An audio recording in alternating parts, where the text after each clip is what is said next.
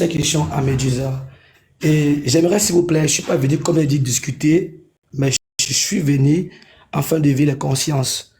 Je n'aimerais pas que par des paroles, l'on essaye l'un de l'autre de convaincre, mais j'aimerais qu'on essaie d'affranchir, d'éclairer le peuple de Dieu. En fait, quand je parle de Dieu, je ne parle pas du Dieu des chrétiens, je ne parle pas du Dieu des musulmans, je ne parle non plus du Dieu des Kémites, je parle du Dieu créateur. Je pèse mes paroles quand je dis le Dieu créateur. Je vais laisser la parole à Medusa.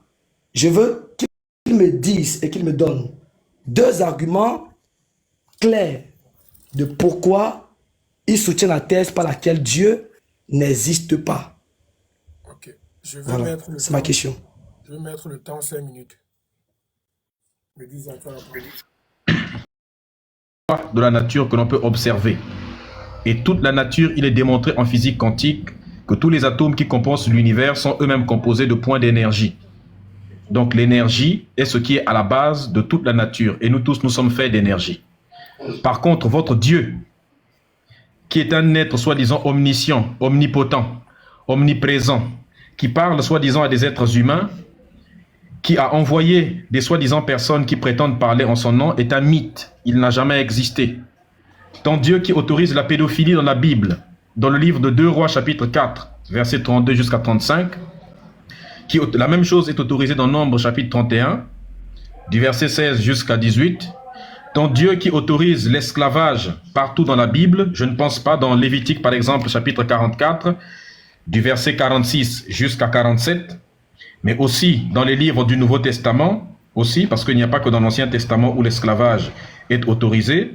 Dans le Nouveau Testament, par exemple, si tu prends dans le livre de 1 Pierre, chapitre 2, versets 18 à 21, dans le livre de Éphésiens 6, versets 5 à 7, dans le livre de Tite, chapitre 2, verset 9, et dans le livre de, par exemple, Colossiens 2, verset 22, Dieu autorise cela.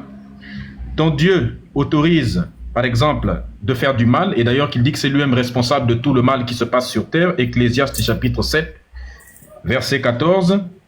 Ton Dieu autorise de mougou les enfants, je te l'ai cité, Nombre chapitre 31. Ton Dieu autorise d'éclater les têtes des enfants contre les murs, donc ton Dieu est un génocidaire qui autorise de tuer les enfants.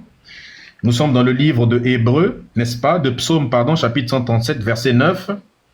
C'est toujours ce propre Dieu-là qui autorise même de tuer les enfants. 1 Samuel chapitre 15, verset 3. En fait, il y a tellement d'horreurs autorisées de violer les femmes, par exemple, dans Deutéronome chapitre 21, pardon, de verset 10 jusqu'à 14, n'est-ce pas, qui autorise de manger la chair humaine, hein, la chair des êtres humains, dans Deutéronome chapitre 20, du verset 10 jusqu'au verset 15, ton Dieu autorise de manger la chair des êtres humains également. Ton Dieu autorise de vendre des personnes, par exemple, de vendre sa propre fille. Exode chapitre 21, n'est-ce pas, du verset 8, versets 7 et 8, n'est-ce pas, Dieu autorise de vendre sa propre fille, et au début du verset, il autorise de vendre des esclaves, et dans le verset 20, il autorise de battre son esclave jusqu'à la mort. Il faut juste faire en sorte qu'il ne meure pas pendant 2 jours après que tu l'aies battu, mais s'il meurt après 2 jours, ça va, ça passe. En fait, ça, ce n'est pas un Dieu. Ce sont des êtres humains qui ont écrit ces bêtises. Ça, ce n'est pas un Dieu qui peut écrire ce genre de conneries. Un Dieu qui autorise l'inceste, parce que Abraham, Sarah était la sœur de Abraham. Ils avaient le même père. C'est juste qu'ils n'avaient pas la même mère. D'ailleurs, il le dit lui-même également lorsqu'il parle de son entrée en Égypte, par exemple. C'est un livre de plagiat qui a été copié, plagié. L'épopée de Gilgamesh, l'histoire du déluge a été copiée, l'histoire d'Adam et Ève a été copiée, l'histoire de Moïse copiée, l'histoire d'Abraham copiée, l'histoire de Jésus copiée. Et je peux te dire sur qui ça a été copié, où, quand et comment et pourquoi. Toutes les personnes qui se réfèrent sur la Bible, qui disent qu'ils ont des miracles sur la Bible, ce sont juste des troubles psychiatriques, mais ça n'a rien à voir avec leur Dieu. Ton Dieu n'existe pas, il n'a jamais existé et il n'existera jamais. La religion telle que la tienne, le christianisme, est un outil d'aliénation, de colonisation, d'asservissement, n'est-ce pas, de domination des peuples. Et notre peuple a été assiégé, dominé, colonisé, et nos peuples le montrent aujourd'hui en étant chrétiens. Voilà pourquoi je veux libérer le peuple noir et nous tous de manière générale de cette aliénation profonde. Otep. Les gars, s'il vous plaît, il faut vérifier les versets bibliques là. Il y aura les rediffusions. Vérifions les versets bibliques que Medusa est en train de parler là. Bon, on laisse la parole à prophète. Voilà, je mets 5 minutes, c'est bon. Vas-y, prophète. Ok, merci d'avoir intervenu. Je vais te répondre sur 3 choses, Medusa. La première chose que tu as dit que Dieu autorise. Voilà. Je vais te poser une question. Je vais prendre un exemple palpable. Tu as un Dieu et toi, tu es un homme. Si toi, tu fais une action de toi-même, étant sous la couverture de ton Dieu, est-ce que c'est ton Dieu qui a fait la chose ou c'est toi qui as fait la chose? Je veux savoir. Ça, c'est d'abord de 1. De 2. Continue en disant ceci. Lorsque tu attribues tous ces rôles à Dieu, selon moi et selon la logique, c'est très faux. Parce que j'ai essayé de lire 2-3 versets que tu dis, que tu es en train de dire là, qui est écrit. Et parmi ces versets que tu dis que c'est écrit ici, je peux te prouver par l'explication logique des versets que ce que tu dis, on appelle ça manipuler les mots. En fait, tu es en train de manipuler les mots pour essayer d'attribuer ce qui n'est pas d'attribuer du tort à Dieu en fait. Mais j'ai aussi une question de savoir ceci. Si vraiment tu dis que ce Dieu-là a tout permis ça, je vais te poser une question.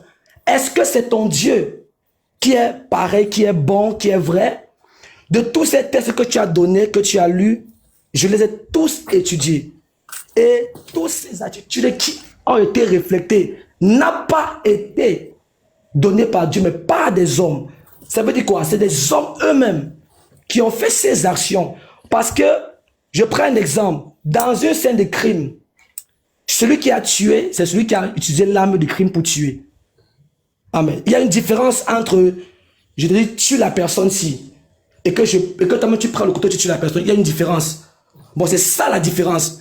Ce que tu vas comprendre, c'est que ce n'est pas comme si, quand tu dis que Dieu a fait cela, quand tu attribues quelque chose à une personne, ça veut dire qu'il faut qu'il ait fait l'action. Mais où Dieu a fait l'action? Où Dieu a fait l'action dans les différents versets que tu as dit. Je prends le livre de Deutéronome par exemple. Deutéronome. Ce livre que tu as parlé de Deutéronome là, ça parle de la victoire. Ce livre parle de la victoire et non de ce que tu as signifié. Maintenant, je vais continuer en te disant ceci. J'ai une question à te poser. Tu as dit que Dieu n'existe pas, que le monde a été fait par l'atome. Ok, l'atome comme tu l'as dit. L'atome c'est quoi? C'est le plus petit entité chimique qui entre dans la constitution de la matière. Comme l'a étudié, comme j'ai à l'école, n'est-ce pas? Maintenant, si le monde s'est fait par l'atome, je vais te poser une question. 2 questions en fait que tu me répondras ici. Qui est ton Dieu que tu dis servir et où est-il? Qu'a-t-il créé? Si nous vivons aujourd'hui, de quoi vivons-nous? De quoi respirons-nous? Je veux savoir. Parce que si réellement notre Dieu est faux comme tu le dis, parce que moi, je n'ai pas voulu globaliser une religion, mais j'ai parlé de Dieu dans le terme universel. Dans le terme universel et non dans le terme religion. Mais toi ici, tu as précisé dans la religion. Moi, je ne suis pas venu parler du Dieu d'une religion, je suis venu parler du Dieu créateur, je précise encore bien. Quand tu dis que le Dieu créateur n'existe pas, ça veut dire que quoi? Tout s'est créé seul, selon toi. Et tu dis maintenant avoir un Dieu que tu sais. Ça se passe comment? Bon, qui a donc créé ton Dieu que tu sais là-dedans? Si tout s'est créé seul. Et qu'est-ce qui qualifie ton Dieu là de Dieu? S'il est différent comme nous, qu'est-ce qui fait de lui un homme différent? Je veux savoir, qu'est-ce qui fait de lui et de nous un homme différent? Parce que lorsqu'on dit qu'une personne est Dieu, ça veut dire qu'une personne a une capacité spirituelle surnaturelle, au-delà des humains. Le terme Dieu, c'est un terme de supériorité. C'est un terme de supériorité. Quand on dit Dieu, c'est un être suprême. Le mot Dieu vient du mot, bon, ça vient de l'esprit suprême, la suprématie, l'élévation. Qu'est-ce qui est au-dessus? Bon, c'est un peu ça. J'aimerais que tu me répondes sur ces faits-là, de l'origine de ton Dieu et qui il est et comment il s'est fait. Voilà. C'est bon. Voilà. Bon, il a répondu. On laisse maintenant Méduse à parler. Attends. Medusa, à toi la parole.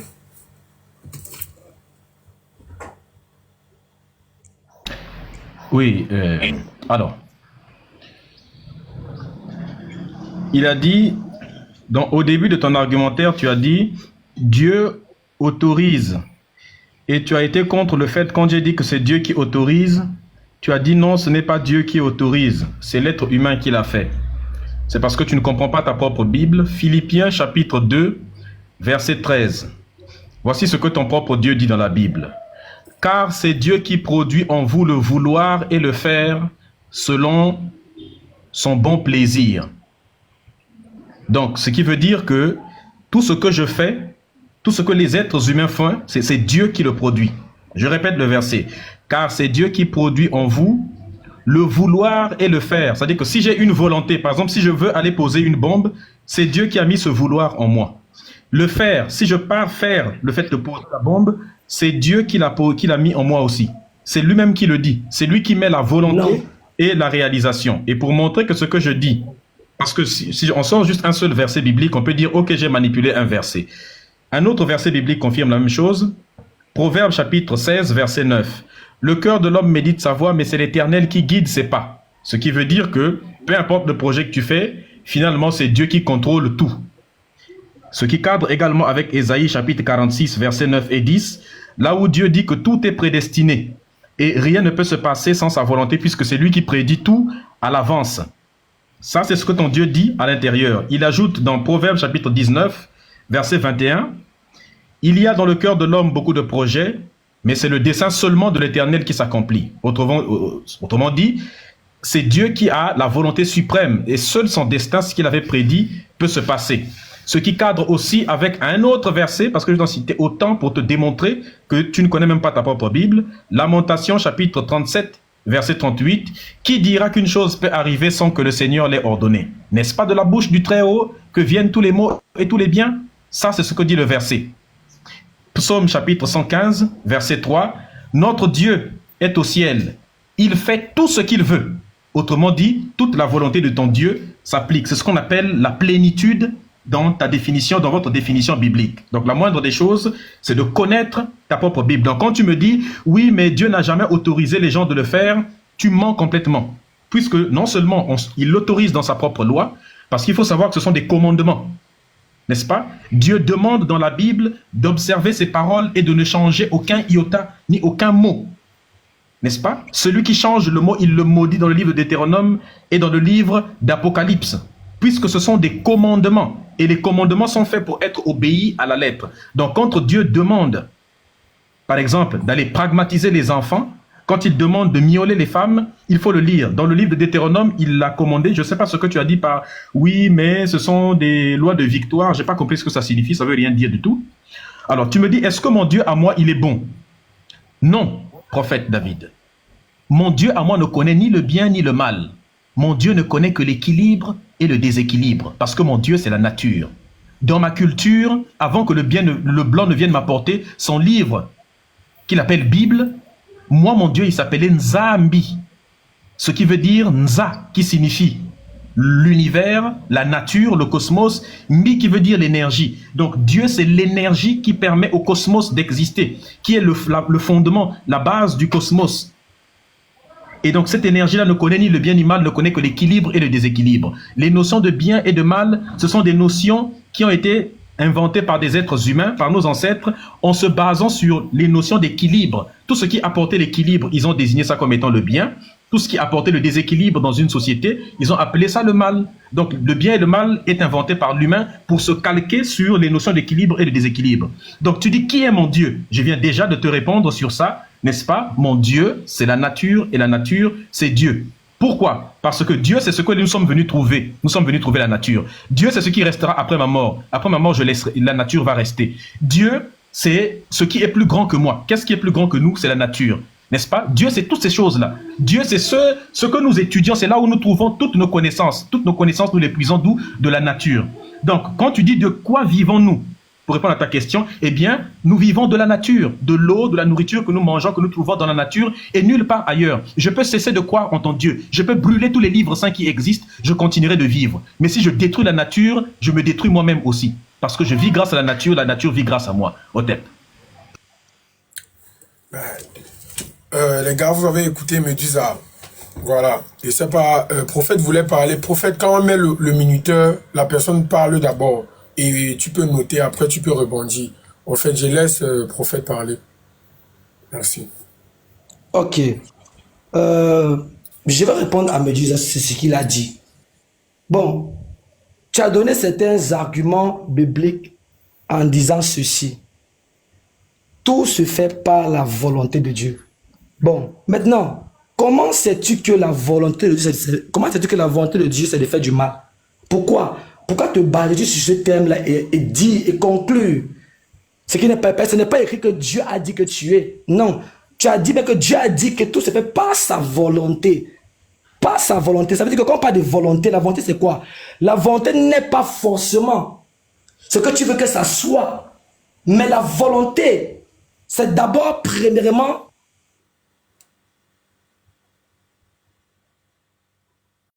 C'est quoi? Mais les gars, qu'est-ce qui se passe? Allô? Il y a un problème. Il dit que il a sauté, ou bien? Ah, peut-être Jésus l'a retiré parce que Jésus estime qu'il n'est pas à la hauteur, peut-être. Et qui? Attends, il a eu quoi? Il a eu quoi? Les gars, dites-moi un peu. Je Et pense qui? que son Dieu est fâché. Jésus s'est dit, mais gars, tu ne me représentes pas bien, descends. C'est le Très-Haut qui s'est fâché, je Et pense. peut-être sa connexion. Mais il a la connexion. Mais c'est quoi? Attends, il appelle ici. Il y a deux traits ici. Et il me dit ça.